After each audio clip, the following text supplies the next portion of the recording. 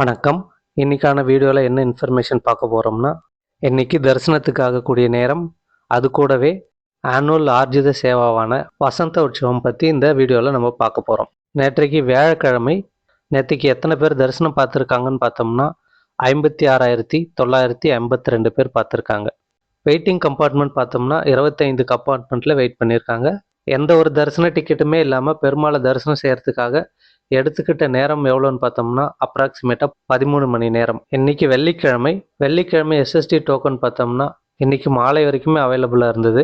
இன்றைக்கி SST token கொஞ்சம் கூடுதலாக கொடுத்த மாதிரி இருந்தது. 25,000 டோக்கன் வரைக்கும் கொடுத்த மாதிரி தெரியுது. இந்த எஸ்எஸ்டி டோக்கன் வாங்கணும்னு நினைக்கிறவங்க திருப்பதி பஸ் ஸ்டாண்ட் ஆப்போசிட்டில் இருக்கக்கூடிய ஸ்ரீனிவாசம், ரயில்வே ஸ்டேஷன் ஆப்போசிட்டில் இருக்கக்கூடிய விஷ்ணு நிவாசம், அலிப்பிரி நடப்பாத வழியில் இருக்கக்கூடிய பூதேவி காம்ப்ளெக்ஸ், இந்த 3 இடத்துலையுமே நள்ளிரவு 2 மணிக்கெல்லாம் கொடுக்க ஆரம்பிப்பாங்க. தேவைப்படுறவங்க வாங்கிக்கலாம். திருமலையில் கிளைமேட் பார்த்தோம்னா குளிராகவும் சில நேரம் மழை பெய்யறதாகவும் தெரிய வருது.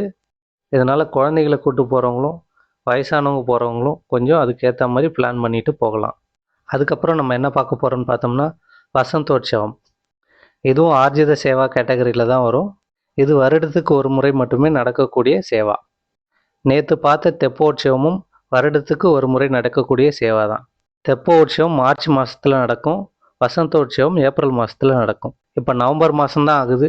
அதுக்குள்ளே எதுக்கு மார்ச் மாதம் ஏப்ரல் மாதம் தகவல் சொல்கிறேன்னு பார்த்தோம்னா, இது எல்லாமே ஆர்ஜித சேவா கேட்டகரியில் வருது. அதுவும் ஆனுவல் ஆர்ஜித சேவா. ஒரு வாட்டி ஆர்ஜித சேவா டிக்கெட் புக் பண்ணிட்டோம்னா அடுத்த முறை ஆர்ஜித சேவா டிக்கெட் புக் பண்ணுறதுக்கு 180 நாள் தேவைப்படும். அப்படின்னா பொதுவாக ஒருத்தரால் ஒரு வருஷத்துக்கு அதிகபட்சம் 2 ஆர்ஜித சேவாக்கள் மட்டும்தான் பங்கேற்க முடியும்.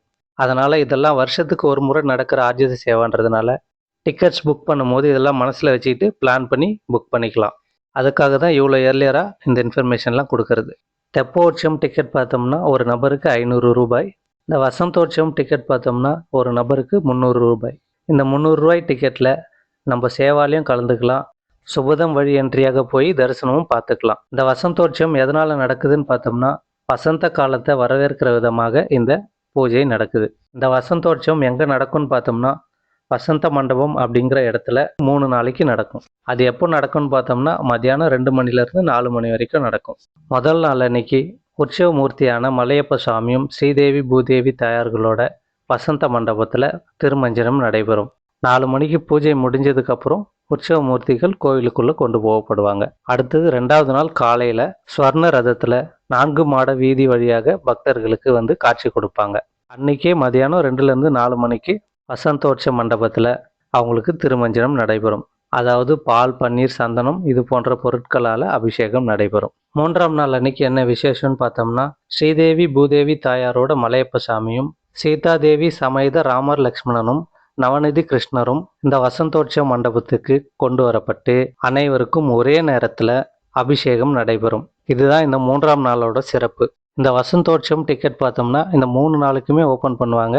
நமக்கு எந்த நாள் தேவைப்படுதோ அன்னைக்கான டிக்கெட்டை நம்ம புக் பண்ணிக்கலாம். இந்த 300 ரூபா டிக்கெட்டில் நம்ம சேவாவில் கலந்துக்கிட்ட மாதிரி ஆகும்.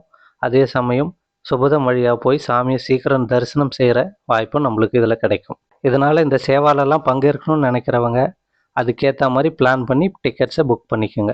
மேலும் திருமலை பற்றிய தகவல்கள்லாம் தெரிஞ்சுக்கணுன்னா திருமலா டெம்பிள் நியூஸ் சேனலை லைக் பண்ணுங்கள், ஷேர் பண்ணுங்கள், சப்ஸ்கிரைப் பண்ணுங்கள். தேங்க்யூ.